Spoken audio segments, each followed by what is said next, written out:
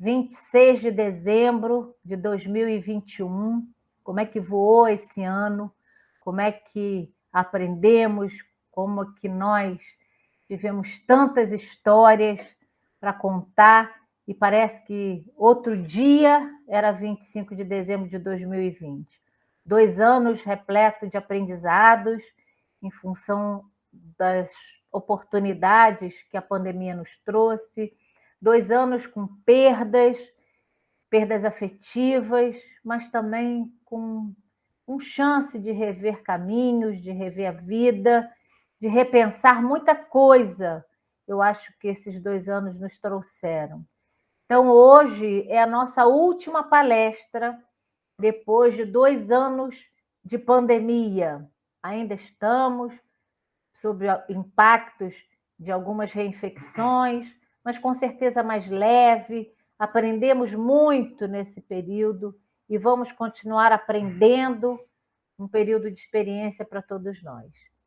E o último dia do ano de palestra pública, nós não poderíamos deixar de convidar um companheiro que a gente sempre tem como expressão para ele, para sua esposa, como os pilares da nossa casa espírita.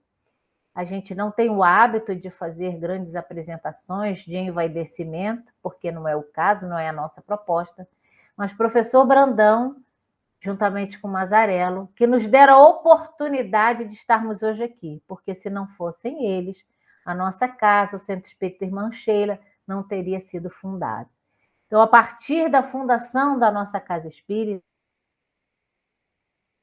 com esta oportunidade de estarmos aqui ao longo desses anos todos e nesse ano especial, nesses 2 anos especiais, onde a Casa Espírita não fechou as portas, porque ela continua em seus lares através dos trabalhos online.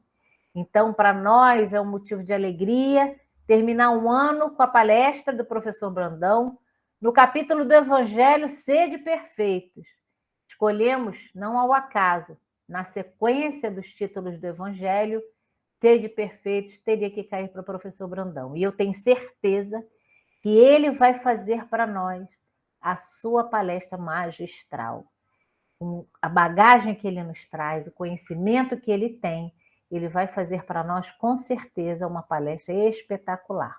E os senhores vão perceber que debaixo da fala dele tem aí o meu nome, porque nós estamos gravando, eu estou tendo a oportunidade de gravar essa palestra na minha casa.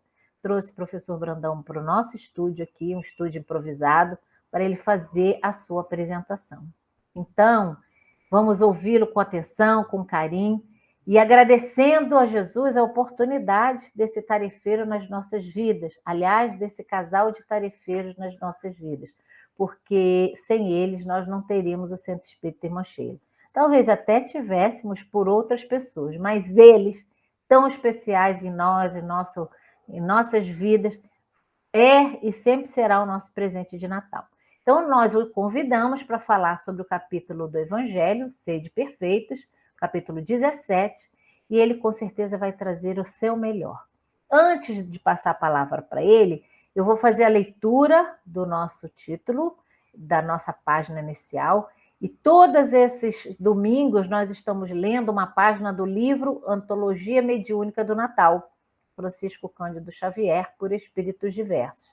E eu vou falar hoje na noite de Natal, porque a noite de Natal foi ontem, e nós ainda estamos sobre os impactos, sobre as energias positivas do Natal, que eu tenho certeza que para todos vocês que estão nos ouvindo, que estão nos assistindo, né, tenha sido uma noite de luz.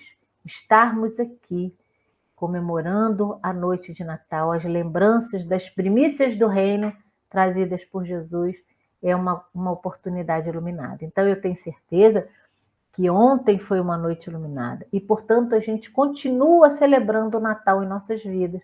Por isso, desejamos a todos um Feliz Natal, porque Natal é todo dia que Jesus nasce em nossos corações. Que hoje, que amanhã e todos os dias vindouros, Jesus continue em nossos corações.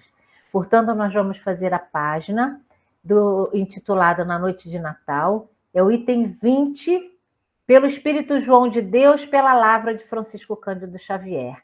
E ele diz o seguinte: minha mãe, por que Jesus, cheio de amor e grandeza, preferiu nascer no mundo nos caminhos da pobreza? Por que não veio até nós entre flores e alegrias, num berço todo enfeitado de sedas e pedrarias? Acredito, meu filhinho, que o mestre da caridade mostrou em tudo e por tudo a luminosa humildade. Às vezes penso também nos trabalhos deste mundo,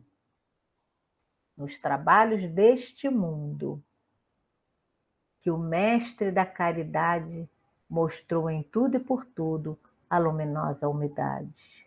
Às vezes penso também nos trabalhos deste mundo, que a manjedoura revela ensino bem mais profundo. E a pobre mãe de olhos fixos, na luz do céu que sorria, concluiu com sentimento interna melancolia. Por certo, Jesus ficou nas palhas sem proteção, por não lhe abrirmos na terra as portas do coração.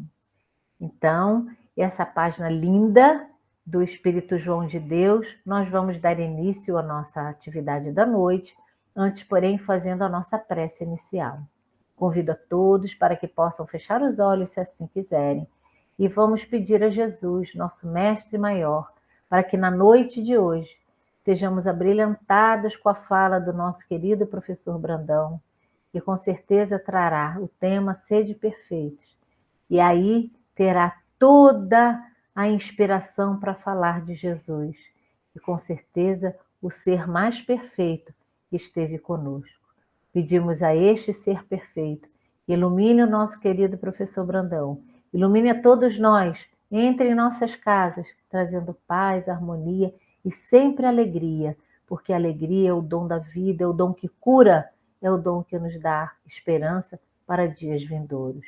Que a mensagem do Cristo trazida por ele possa nos fortificar, fortalecer as nossas fibras morais, as fibras da alma, para continuarmos ao longo do próximo ano, seguindo os seus passos.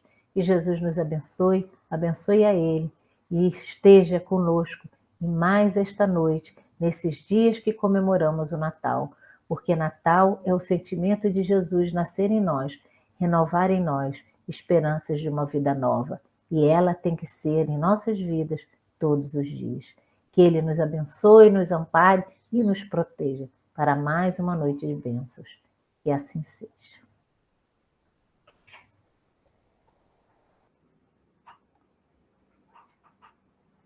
Bom, boa noite a todos. Eu sempre que tenho uma oportunidade de fazer um estudo, como desta noite, eu agradeço ao Pai Celestial, agradeço à Casa Espírita pelo convite, nas pessoas de Dorinha, Vânia e outros incansáveis tarefeiros dessa nossa Casa Espírita. O tema de hoje é sobre o Evangelho segundo o Espiritismo, capítulo 17, que se intitula Sede Perfeitos. Este capítulo abrange temas como características da perfeição, o homem de bem, os bons espíritas, parábola do semeador, o dever, a virtude, os superiores e os inferiores, o homem do mundo, cuidar do corpo e do espírito. É um capítulo que remete o estudioso da doutrina espírita a uma interessante e profunda reflexão sobre o seu estado evolutivo moral.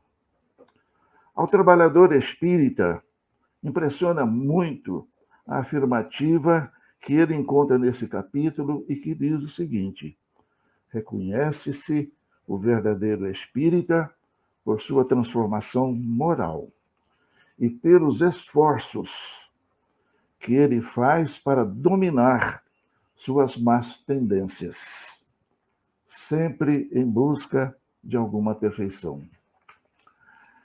No Livro dos Espíritos, da questão 625, Kardec pergunta aos espíritos encarregados de trazer aquelas mensagens que iriam constituir, que iriam compor a doutrina espírita.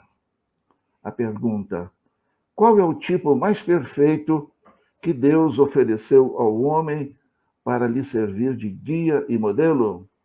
A resposta: Jesus. Jesus é para o homem um modelo de perfeição moral que a humanidade pode pretender sobre a terra. Deus o oferece como o mais perfeito modelo. E a doutrina que Jesus ensinou é a mais pura expressão da lei de Deus. Porque ele, Jesus, estava animado de espírito divino. Foi o ser mais puro que apareceu sobre a terra. No Evangelho segundo o Espiritismo e também no Livro dos Espíritos, Kardec ensina que fomos criados simples e desprovidos de conhecimentos, e que ao longo de milênios, através de inumeráveis encarnações, vamos nos aprimorando na busca da perfeição. Uma perfeição certamente relativa, porque perfeição absoluta somente a do Pai Celestial. De acordo com o jornalista e trabalhador orador espírita Geraldo Lemos Neto, chamado também Geraldinho, que teve longa convivência com Francisco Cândido Xavier, este teria afirmado que Emmanuel havia informado que o período de regeneração pelo qual a humanidade estaria prestes a iniciar deveria prolongar-se por 7.000 anos. Depois, existiria um período de equilíbrio entre o bem e o mal no planeta Terra, que passaria a ser uma moradia de espíritos mais felizes. É bom lembrar que, atualmente, ainda vive a humanidade em período de provas e expiações, quando o mal ainda predomina. Só no Brasil, meus irmãos, ocorre de 160 a 170, talvez 180 assassinatos por dia, um número já semelhante ao número de mortes pela atual pandemia da Covid-19. Antes desse período, entretanto, de evolução moral da humanidade, antes de Jesus, a situação era muito pior. A situação era do mundo primitivo, onde havia o predomínio dos instintos, da força bruta.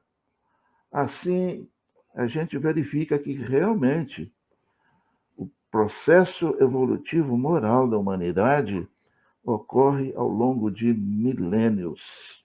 Não se realiza de um momento para outro. Mas o destino do ser humano é a perfeição. Mas é preciso sempre repetir, uma perfeição relativa, porque a perfeição absoluta somente do Pai Celestial.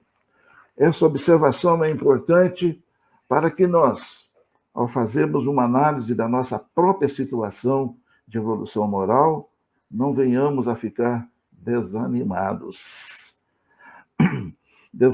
Desanimados ao verificar a distância ainda que nós temos relativos aos padrões mais elevados da perfeição. Na nossa realidade, na verdade, meus irmãos, tão importante talvez em se imaginar já um pouco evoluído, é entendermos que estamos em processo de evolução. Isso é que importa. Estamos evoluindo, sem angústias, sem ansiosidades, sem neuroses, sem vaidades. Nesse capítulo 17 do Evangelho segundo o Espiritismo, encontramos bem descritas as características do homem do bem, às quais vamos dedicar um pouquinho mais de tempo. Começa dizendo Kardec, nessa parte, que aquele homem de bem é aquele que pratica a lei de justiça, de amor e de caridade, em sua maior pureza. O homem de bem analisa seus próprios atos para verificar se não violou as leis de amor e de caridade, se fez algum mal. Faz um exame de consciência noturna, sempre. Ele verifica se fez todo o bem que poderia ter feito. Se alguém tem algo a reclamar dele. O homem de bem, ele tem fé em Deus, em sua bondade, em sua justiça, em sua sabedoria infinita. Ele sabe que nada acontece sem sua permissão e se submete à sua vontade em todas as coisas. Pois o homem de bem, ele tem fé no futuro. Por isso é que ele coloca os bens espirituais acima dos bens materiais e dos bens temporais.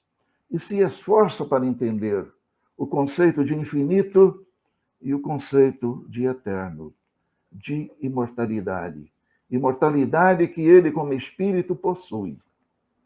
O homem de bem sabe que todos os sofrimentos, todas as decepções, são provas ou expiações importantes para o seu aperfeiçoamento.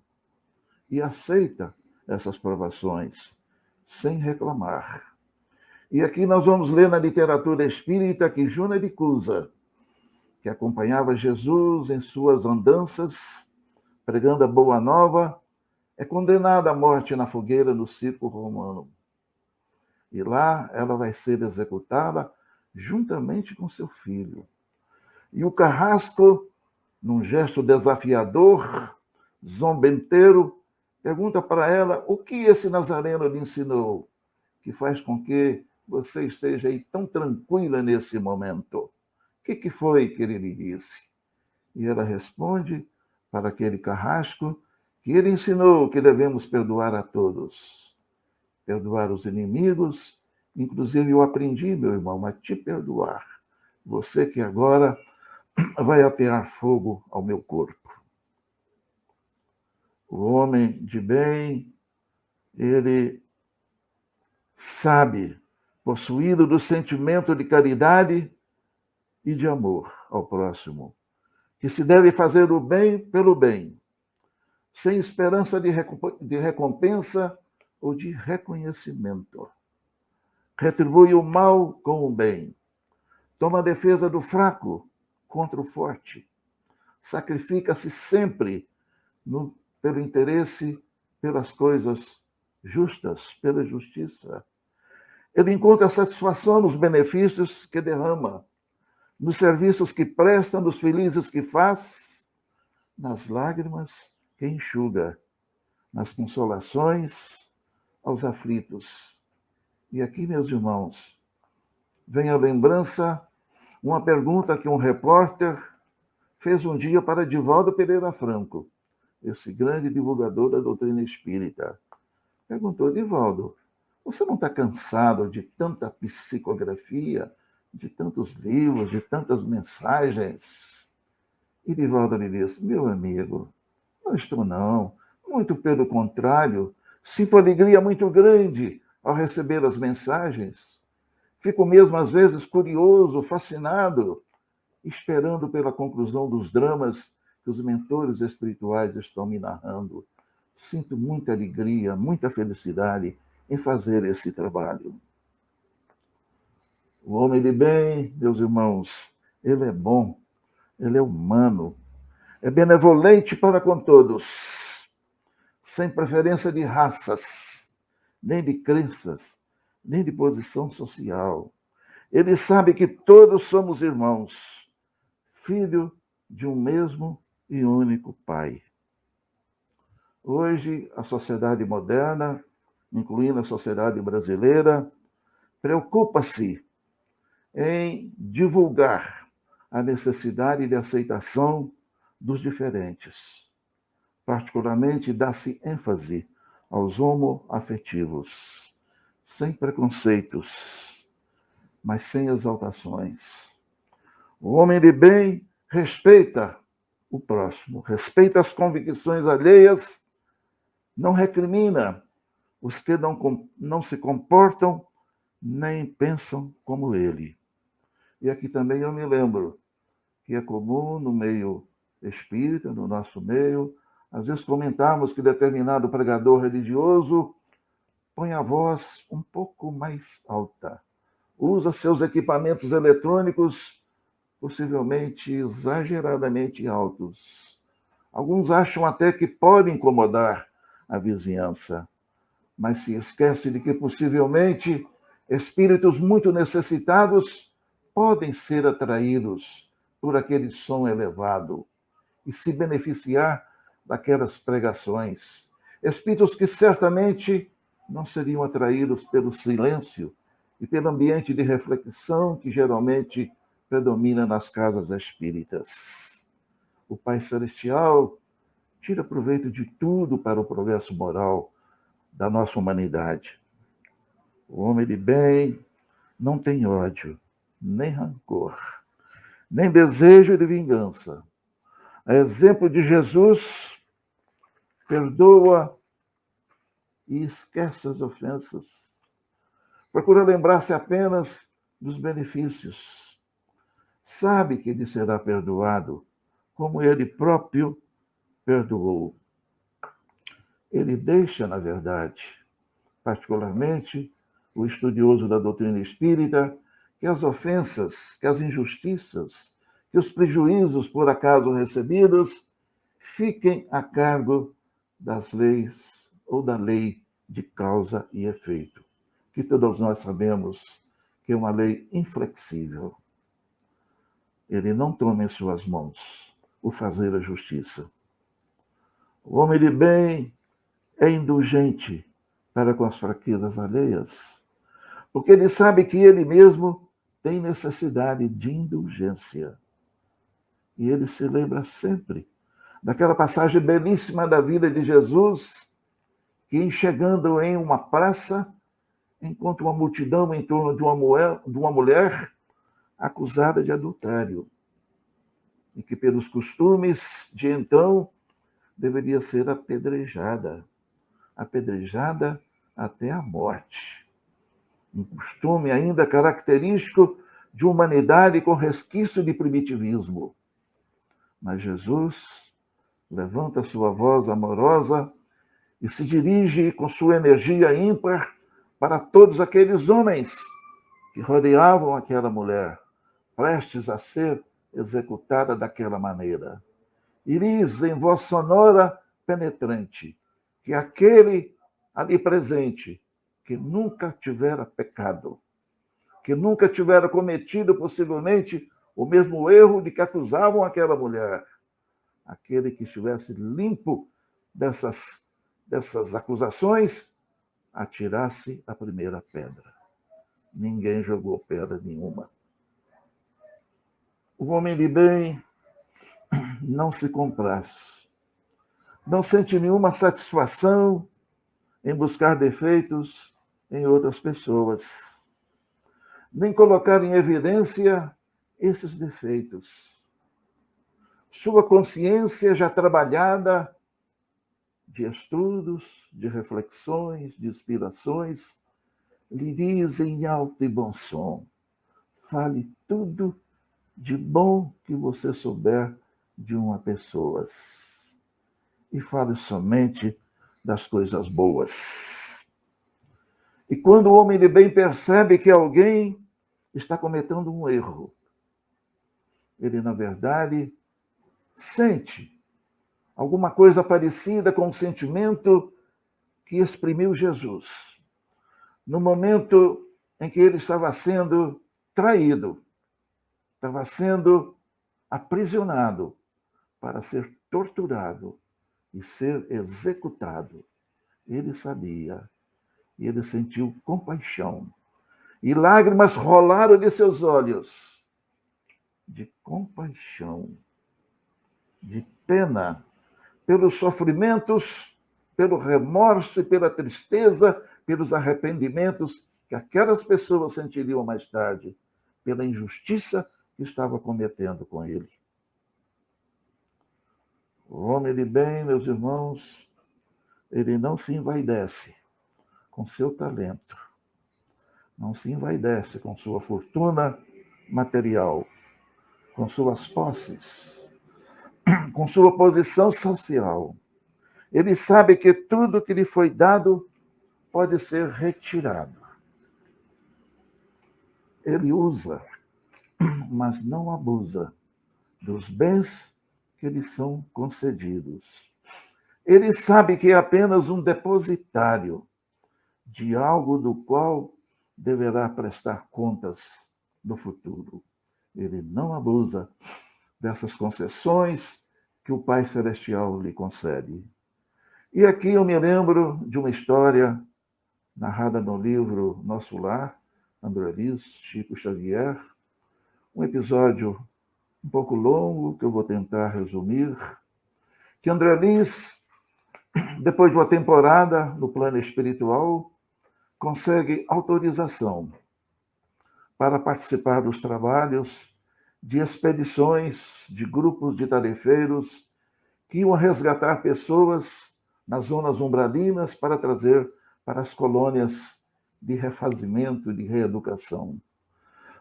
E andando junto com esse grupo de resgatadores, ele encontra com outro grupo, já vindo de regiões inferiores, e de repente ele reconhece no meio daqueles trabalhadores recém-chegados uma figura de uma pessoa chamada Silveira. E ele se lembra de que na encarnação passada, Silveira conviveu com ele e com seu pai. O pai de André Luiz era uma pessoa influente, de posse, no estado do Rio de Janeiro, e Silveira lhe devia uma certa quantia. E as notas promissoras estavam vencidas, e o pai de André Luiz insistia em cobrar do Silveira. A mãe de André Luiz, um espírito amoroso, jamais esclarecido moralmente, espiritualmente, pede ao marido que dê mais tempo ao Silveira, para que ele consiga reunir os valores para resgatar aqueles débitos. Mas o próprio André Luiz diz, e ele se lembra daquele momento, ele diz para seu pai: olha, pai, negócio é negócio. E o pai de André Luiz executou, quero dizer, exigiu o pagamento daquela dívida. Silveira não tinha como pagar e foram-lhe subtraídos todos os bens, incluindo o piano da filhinha que estudava em casa. E Silveira teve que mudar para o interior, numa vida mais pacata, com menos custos, conduzindo a sua vida. E de repente André Luiz enxerga Silveira, liderando aquele grupo de resgatadores de espíritos de umbral, e ele tem receio de se aproximar de Silveira. Ele sente como que uma espécie de remorso, uma espécie de vergonha por aquele episódio do passado. Mas Silveira o reconhece e fala: olá, André Luiz, como vai você? E ele, meio receoso, Silveira diz: não tenha receio, André Luiz. Aquele episódio está no passado. Deve ficar no nosso esquecimento, pois, na verdade, o seu pai me fez um grande benefício. Ao exigir o pagamento daquelas dívidas, eu tive que mudar para o interior. Minha família teve que trabalhar. E nesse trabalho, nesse esforço para se manter, conquistamos muitos créditos espirituais, André Luiz. Créditos dos quais agora estamos usufruindo. E como vai seu pai, André Luiz? O pai de André Luiz, que o precedera no plano espiritual, encontrava-se em uma zona umbralina. Silveira disse para André Luiz: quem sabe, André Luiz, nós vamos sair um dia, eu e você, para buscarmos o seu pai. Meus irmãos, a riqueza que possuímos, que temos a graça de usufruir, nessa encarnação que nos foi permitido pelo Pai Celestial, é uma riqueza temporária, que pode ser subtraída, que pode ser tirada. Não devemos abusar dela. O homem de bem precisa resistir ao arrastamento que leva a usar os bens materiais para servir a paixões inferiores. E deve tratar com bondade e benevolência aos que trabalham sob seu comando e aos que a ele são subordinados. É lamentável o que muitos patrões fazem com seus empregados. A maneira com que se dirigem aos seus subordinados, temporariamente. E aqui me lembro também de um romance escrito por Caibar Schutel, um grande espírita, na psicografia da Bel Glaser, a respeito de uma entidade chamada Eustáquio. E o título do livro chama-se 15 séculos de uma trajetória, que abrange a descrição de 17 reencarnações desse espírito Eustáquio. E Eustáquio sempre viveu no poder. Foi um general importante na França, comandante, dirigente, e em encarnações repetidas estava sempre em posição de poder.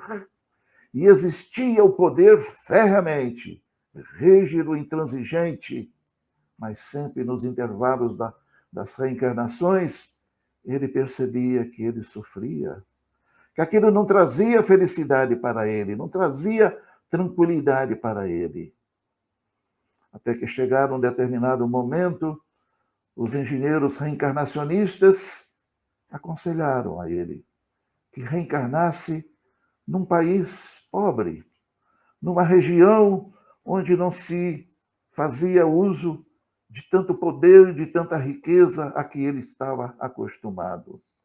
E planejaram para ele uma reencarnação numa terra distante que no futuro viria a ser o território do Brasil. E Eustáquio reencarnou numa tribo de indígenas primitiva, no interior longínquo, isolado da futura pátria brasileira. E ali, ele ainda possuído de inteligência, perspicácia, porque ao longo das encarnações, ele exercera profundamente os seus estudos, ele usou muito de sua inteligência e ele começou a perceber que determinadas folhas, determinadas raízes ou determinados frutos eram muito bons para curar feridas, para suavizar a dor de picada de animais peçonhentos, e ele passou a ser como uma espécie de um raizeiro que atendia a todos com muita boa vontade, tratando de um, curando a outros, mas ele achava que aquele cacique já estava no comando daquela tribo há muito tempo e deixou-se arrastar por aquele lampejo de hábito, de um quase vício do exercício do poder. Mas ele não tinha condições de derrubar aquele cacique, mas aproximou-se de um jovem membro daquela tribo, começou a comentar com ele que já era tempo de mudar o dirigente daquela tribo, e quem sabe aquele jovem poderia substituir aquele chefe antigo. E o jovem consegue depor o velho cacique, e Eustáquio achava que através daquele jovem ele passaria a comandar aquela tribo. Mas não foi o que aconteceu. E ele acaba isolado, ele acaba desprezado e morre numa situação muito difícil. Mas em chegando no plano espiritual, ao analisarem a sua trajetória moral, os seus avanços morais, chega à conclusão que até que ele não foi muito mal naquela encarnação. Apesar de ter se deixado arrastar pelo desejo do mando, do comando, de estar por cima, ele fez muita caridade. Ele curou a dor de muitos índios. E ele fazia aquilo com muito prazer, com muita satisfação, e aquilo lhe rendeu muitos méritos, que foram importantes nas próximas reencarnações, E a partir daí, ele foi se despindo, se despojando daquele desejo de ser a autoridade, de ser o maior, de ser o comandante. E termina essa trajetória de 1.500 anos, já numa posição melhor. Um espírito levando 1.500 anos para experimentar algum progresso moral. Não parece tão estranho quando Emmanuel fala que a humanidade ainda talvez vai necessitar de 7.000 anos para ela, como um todo, ter se regenerado. Por outro lado, meus irmãos, o homem de bem, quando é subordinado, ele compreende os deveres de sua posição e tem o escrúpulo de cumpri-las com responsabilidade, sem revolta, sem ódio, sem preconceito contra aquele que é o chefe. E aqui também me lembram um episódio lido num livro de Salvador Gentili, um dos tradutores da obra de Kardec, chamado Senzala, em que ele relata que um espírito evoluído ofereceu-se para reencarnar no meio daquele grupo de escravos, para ampará-los, para acalmá-los, para tentar diminuir o sofrimento daqueles escravos. Mas sua atitude incomodava os capatazes cruéis, que um dia resolveram eliminá-lo. E à noite o levaram até uma represa da propriedade para afogá-lo. E ao introduzirem a sua cabeça na água, notaram que ele não mais reagiu. E zombaram dele, falavam, fracote, nem lutou por sua vida.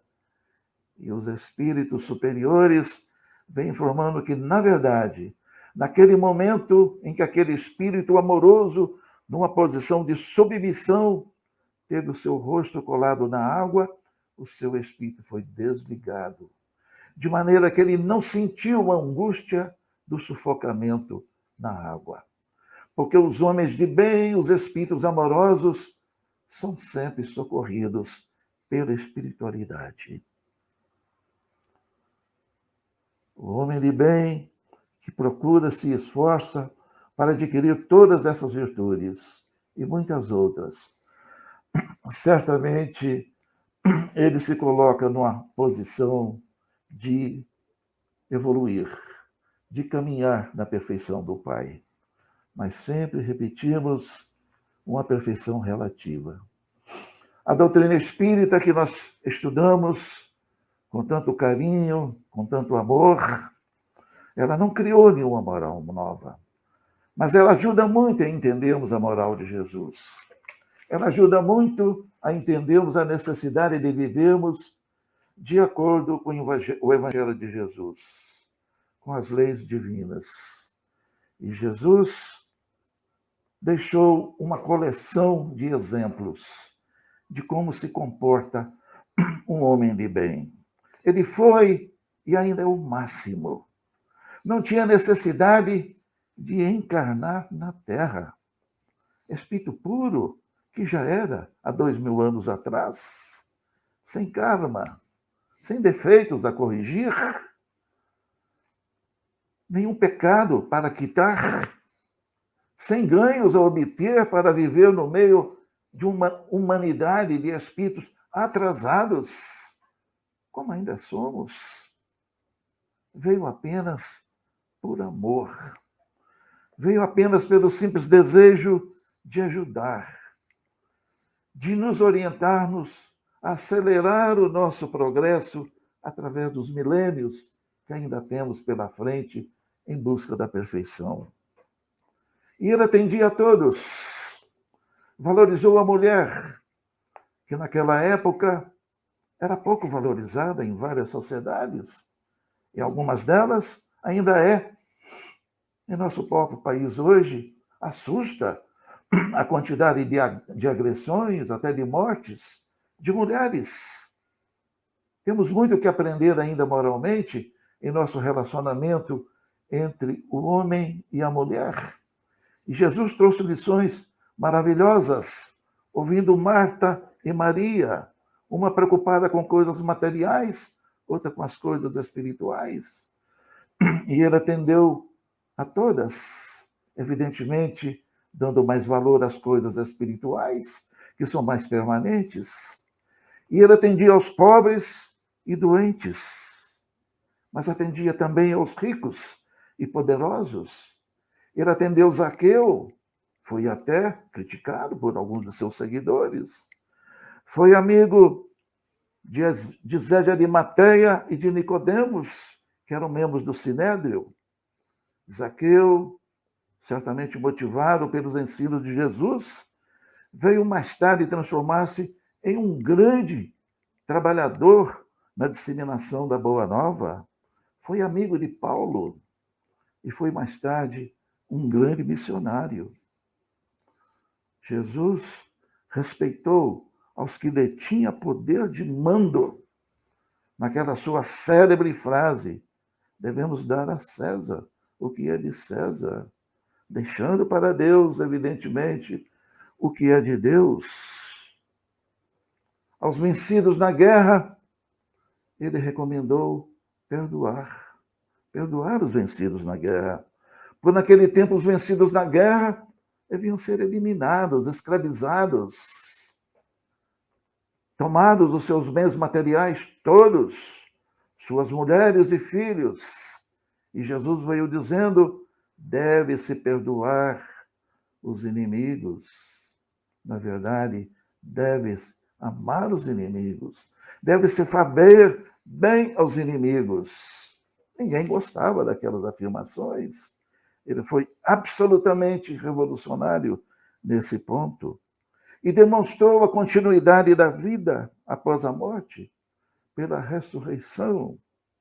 Embora ainda hoje alguns acham que a ressurreição é de corpos, quando na verdade ele deixou muito claro que é o Espírito que continua vivo, ressurreto.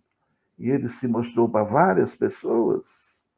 E teve a caridade imensa de nos enviar a doutrina espírita, a doutrina consoladora, para nos consolar, nos encorajar, para nos ensinar o que ele não podia ensinar naquela época, para explicar o que ele não tinha como explicar com o nível cultural da humanidade daquela época, como está muito claro, meus irmãos, no Evangelho de João, em vários de seus versículos. Jesus ensinou, sobretudo, a importância do perdão. Porque Jesus perdoou sempre. Perdoou seus carrascos, incluindo perdoou as Judas.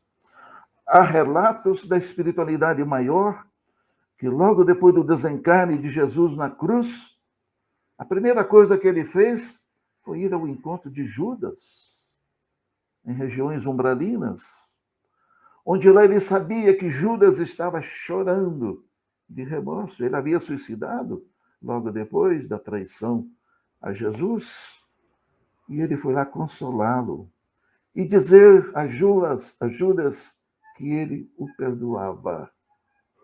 E como sempre ele dizia: não peques mais. E hoje nós sabemos que Judas realizou uma importante reforma íntima em seu modo de pensar, em seu modo de agir, vindo a ser mais tarde a figura gloriosa e fantástica de Joana d'Arc, na França, onde exerceu um importante trabalho espiritual, principalmente de imprimir na cultura francesa revolucionária, imitada por muitos países no apogeu da França, que incluiu sentimentos de liberdade, igualdade e fraternidade. Meus irmãos, Jesus foi e continua sendo o exemplo máximo para a nossa busca da perfeição. Nesse capítulo 17, como nós mencionamos logo no início, do Evangelho segundo o Espiritismo, trata-se de vários outros temas interessantes, que não temos como detalhar nesse estudo de hoje, mas alguns deles chamam atenção, como, por exemplo, a importância do dever. O dever que nós todos temos o dever com o qual nós todos nos comprometemos um dia. O dever, segundo Kardec, é a obrigação moral da criatura para consigo mesma, primeiro, e em seguida para com os outros, para consigo mesmo e para com os outros. E nós vamos encontrar nas obras de Kardec, particularmente em Um Céu e Inferno, várias histórias, vários relatos de espíritos que tiveram muita atenção a essa obrigação do cumprimento do dever, com as coisas materiais e com as coisas espirituais. E aqui eu me lembro, costumo sempre estudar e refletir a respeito do capítulo que trata da Condessa Paulo, que jamais se descuidava de cumprir com os deveres materiais e até políticos que ela conhecia, e principalmente os deveres morais. Ela foi uma mulher jovem, bonita, rica, de família ilustre, tradicional na França, casada com um homem rico e poderoso, político. Porém, essa condessa era dotada de todas as qualidades do coração e do espírito. Morreu aos 36 anos, em 1851. Lamentada por todos, era doce e indulgente para com todo mundo. Sem arrogância, sem orgulho, tratava seus subordinados com benevolência. Jamais atrasava os salários, porque ela sabia que os trabalhadores assalariados dependem de seu salário para manter a sua família, para se manterem. Praticava a caridade sem ostentação, sem exibições. Casada com marido de funções elevadas, ela preparava as recepções sociais, às vezes até de cunho político, sem exageros, de modo a sempre ter sobras financeiras. O marido lhe atribuía determinadas quantias para cobrir as despesas daquelas recepções grandes, e elas faziam muito bem, mas sempre deixando sobras, formando uma espécie de poupança que ela usaria depois para cuidar da pobreza, que ela sabia que existia também na França. Amealhava recursos para auxiliar os mais carentes. Conseguiu, meus irmãos, conciliar recepções sociais na alta roda parisiense, sem exageros. Amealhou recursos para atender os pobres que ela sabia necessitados. Foi evocada 12 anos depois de seu desencarne. Perguntaram para ela como ela estava, se ela se sentia feliz, porque foi uma mulher ilustre, de muita riqueza, de muito poder, de muito prestígio. E agora, no plano espiritual, como estaria ela? E ela disse: meus irmãos, estou muito bem, estou feliz, embora ainda longe do último grau de felicidade. Perguntaram para ela se ela não tinha saudade daqueles tempos em que ela viajava pelos Alpes franceses, suíços, austríacos, italianos, e ela respondeu que não. Que realmente era muito bom, mas agora era muito melhor.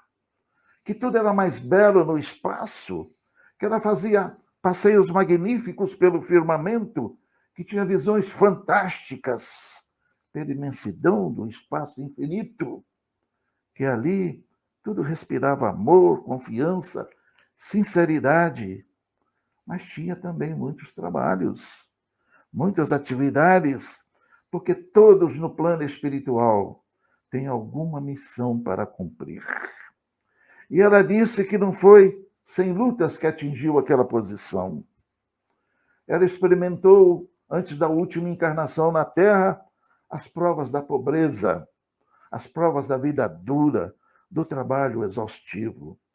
Só por isso que ela foi bem-sucedida na prova da riqueza, quando muitos, ainda despreparados, fracassam lamentavelmente. Mas Kardec mostra, ao lado desses espíritos bem-sucedidos, aqueles que não conseguiram. E nós encontramos também aí em Céu e Inferno a história de Angeli, ou Ângela, nulidade sobre a terra. Kardec descreve Angeli, nas reuniões em que eram ouvidos espíritos, não sentia arrependimentos. Não era feliz, mas não sofria, mas também não tinha paz. Tinha medo do futuro, tinha medo do desconhecido. Na última existência, Angeli não fez nada. Foi casada e mãe, mas não cuidava das filhas nem do marido. Passava a vida se divertindo na juventude e na amargura, na madureza. Não tinha nenhuma ocupação. A empregada cuidava de tudo e de todos na casa. Não estudava, só tinha distrações frívolas, sem defeitos sérios, não roubou, não matou, mas sem qualidades. Fez a infelicidade do marido e descuidou do futuro dos filhos. Viveu entregue na preguiça, na inutilidade.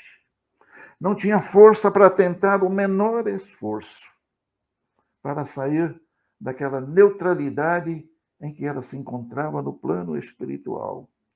Kardec, condoído por sua situação, diz para ela: minha filha, para atrair a ajuda dos espíritos benfeitores, vamos orar? E ela responde: eu não sei orar, coisa nenhuma. Não, mas nós podemos orar juntos. Você aceita? E ele responde: não. Mas por quê? Estou cansada, dá trabalho. Não tinha jeito.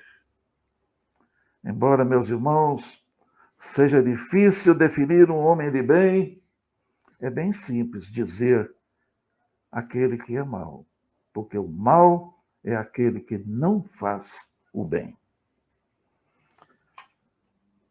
Os espíritos superiores estão sempre dizendo para nós: trabalhai, trabalhai sem cessar.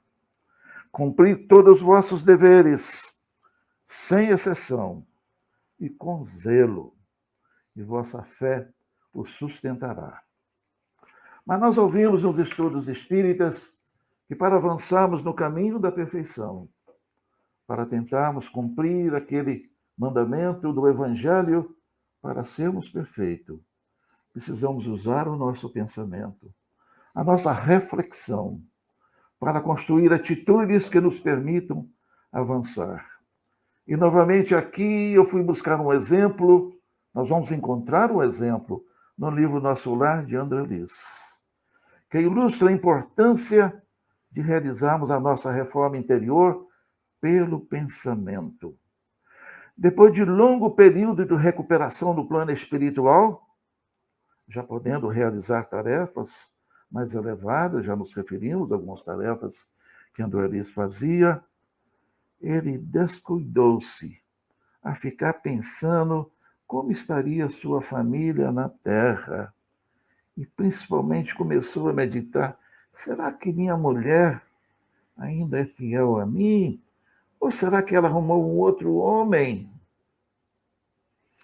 E no caminho de retorno à sua casa, que lhe fora permitido visitar, no momento que ele faz esse raciocínio, se sua mulher havia arranjado um outro homem, ele muda seu teor vibratório e ele precipita-se.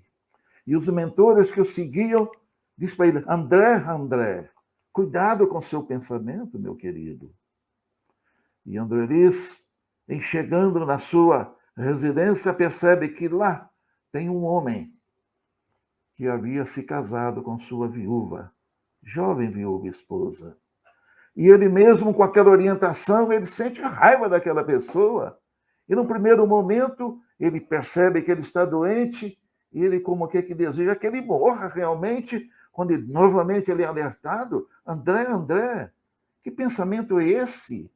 Esse homem que você está detestando, desejando o mal, na verdade, ele faz um bem para a sua família.